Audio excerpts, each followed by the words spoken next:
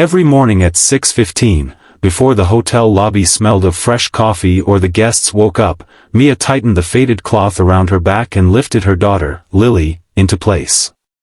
The tiny girl always wrapped her arms around her mother's shoulders, as if she could sense the weight Mia carried far beyond the supply cart. Mia worked quietly. Speed, care, and a tired smile were her survival tools. Most guests never noticed her. Some left messes. Some left complaints. But no one ever asked why a young woman was wiping mirrors with a baby softly breathing against her. Until room 407. The guest had checked out early, an older woman with silver hair and calm eyes. Mia remembered her only because she had smiled when others never did. Inside the room, everything was neat. But on the pillow lay a small envelope with one word written on it. Mia. Her heart thudded. No guest had ever called her by name. With trembling fingers, she opened it. Inside was a handwritten note. You're doing your best. And that's more than enough. I was once a single mother too. Don't give up. Beneath the note was something else, folded bills. More money than Mia made in a month. Her knees weakened. She sank onto the edge of the bed, Lily pressing her cheek to her neck, as if offering comfort she didn't yet understand. For the first time in a long time, Mia cried, not from exhaustion, but from hope. Mia couldn't concentrate for the rest of her shift.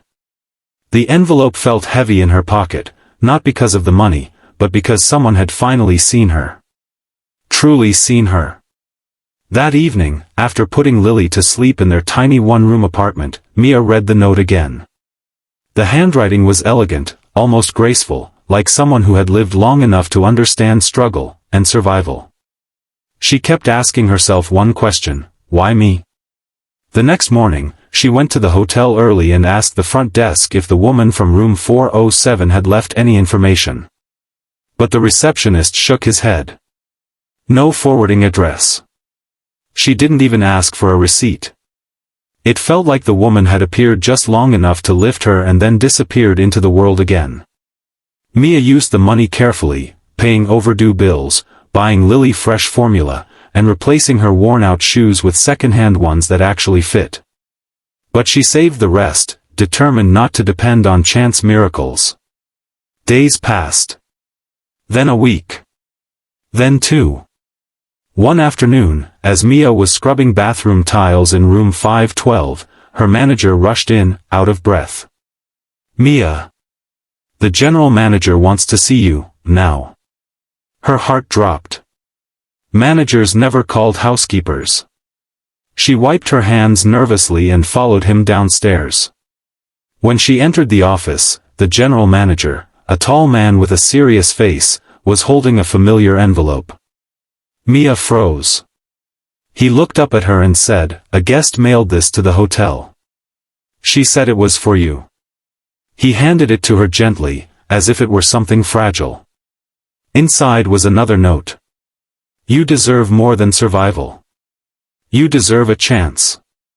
I'm not done helping you. Mia's breath caught. The woman from room 407 had found her. Mia stood frozen in the manager's office, the second note trembling in her hands. This time, there was no money, just words. But somehow, these words felt even heavier. I'm not done helping you. Why? What did this woman see in her? She couldn't understand. Yet deep inside, a small part of her felt worthy. For once. The general manager cleared his throat. There's more, he said, sliding a printed email across the desk. The guest asked us to give you this too. Mia read the message. It was an invitation.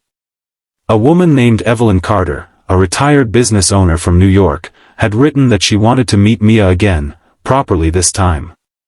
She was staying in the hotel for one night next month and hoped Mia would talk with her. Mia's heart hammered.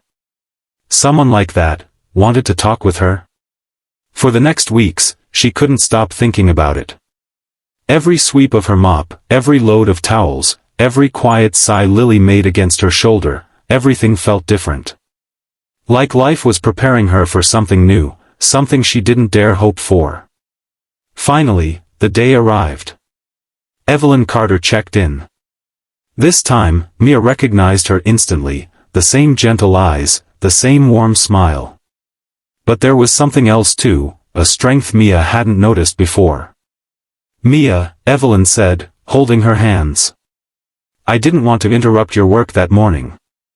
But I saw you, and I saw myself from years ago." Mia blinked back tears. "Why help me?"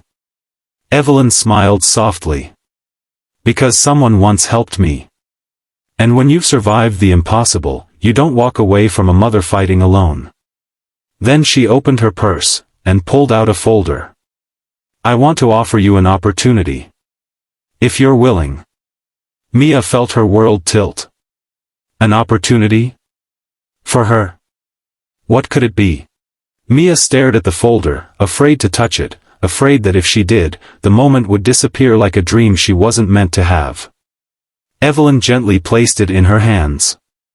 "Open it," she encouraged. Inside were papers, but not bills, not warnings, not debts. They were scholarship forms, childcare support documents, and an acceptance letter to a training program in hotel management, fully paid. Mia looked up in shock. This can't be for me." "It is," Evelyn said firmly. "I created a small fund years ago for single mothers trying to rebuild their lives. I choose only one woman each year. And the moment I saw you carrying your daughter while carrying the weight of the world, I knew." Mia covered her mouth, tears spilling. She had prayed for strength, for courage, for just one break. She never imagined the universe would send a stranger to answer those prayers. Evelyn continued, "You're intelligent, hardworking, and brave. With training, you can move beyond cleaning rooms, you can manage them.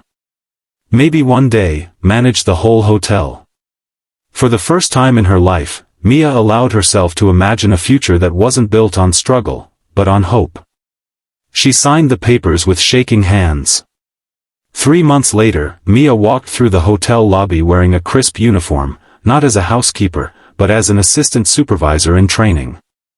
Lily, now in daycare, clapped every morning when Mia dropped her off, as if sensing her mother was finally rising.